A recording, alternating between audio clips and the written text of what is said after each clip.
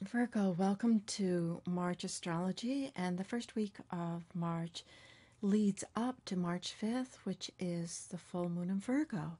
And that is your full moon. You know, the full moon for the year for you is this halfway point between your birthday and your next birthday. And here we have the moon in Virgo in the glory. So this is time to balance between what you're doing for others and what you're doing for yourself, and finding at some type of an adjustment, some type of a transformation between doing what you love to do, what you care about doing, having time for retreat, having time to go within and rejuvenate yourself, and what other people expect from you or what you owe others. So there's all this juggling, adjusting energy that is, and balancing act that starts this month and moves through the month of March for you.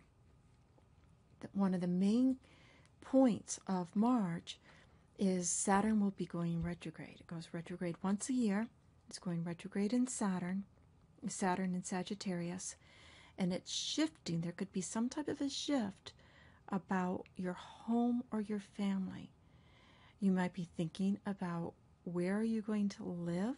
Not like you necessarily make any major change right now, but an inner thought about what is it, where is it that I want to live? Do I want to travel? Do I want to do something else? Do I need to make some adjustments? So there's some type of a shift from the inner part of where you're living, but it also represents an inner shift in terms of your subconscious. So this awareness of your psychological makeup can come up also.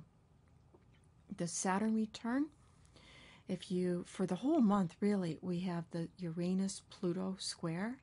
It is exact on the 16th, but we will feel this vibration, this of revolution on for the whole month. And for you, how it's Pluto's in Capricorn, so it's trying your earth energy. Of course, it's here for years.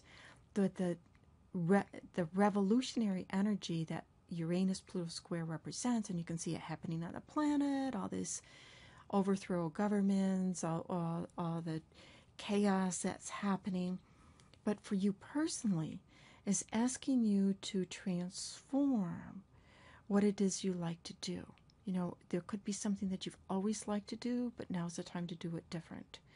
There could be a love affair that comes into your life that creates a deep transformation in your own world. And there could be some deep changes that have to do about, well, this is what I really want to do. This is what makes me happy. But this over here is what other people are expecting of me or what I owe in the world. So this is basically can be, bills to pay, and feeling this pull, this conflict between the two. But this is what I really like to do, but this is what I'm obligated to do, or what others are expecting me. And finding the balance between that is a huge key for you. We have the solar eclipse at the last day of Pisces. So the new moon solar eclipse in Pisces at 29 degrees of Pisces, connected to a fixed star called Shiat, which symbolizes sorrow and suffering. And it is about connecting with passion, compassion. So there's compassion element that we are ending up the Pisces cycle with. This new moon in Pisces is, where's your compassion? Compassion for others, compassion for self, and to be able to move past sorrow and suffering by connecting and experiencing and feeling in the depth of your core, the real depth of your core, what it's like to feel deep compassion for others.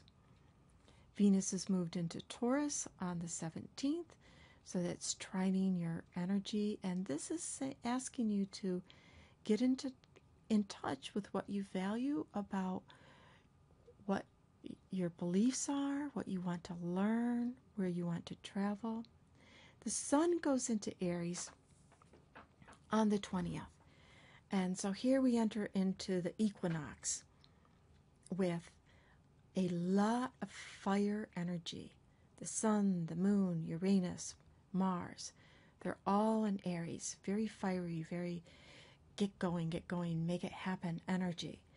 But Aries is what's called inconjunct to your sun sign, to Virgo. And that's adjustment. So there's this urge to get going, make things happen, do what you said you're going to do, finish projects, take on a trip perhaps, or plan a trip, or learn something else. Yet it's suggesting in order to do that, you might have to make some adjustments in other things to be able to fit it in, or to be able to afford it, or to be able to make compromise with the expectations from what other people, commitments that you might have made to other people. We finished the month with Mars joining Venus in going into Taurus. And Mars in Taurus, it slows down that energy a little bit, because when it's in Aries, it's like, go after it, no matter what, get out of my way. But Mars in Taurus is a little bit slower, a little bit more comfortable to the earth sign. But it is, for you personally, because it's trine your sun sign, it's in a part of your world that says put energy, put effort, and be motivated to learn something new, to share what you already know. So there's a teaching element. Share what you already know, and perhaps to put some effort into making a plan. You don't have to do it the next day, but making some type of a plan for some travel or some trips. Thanks so much for listening, and catch you next month.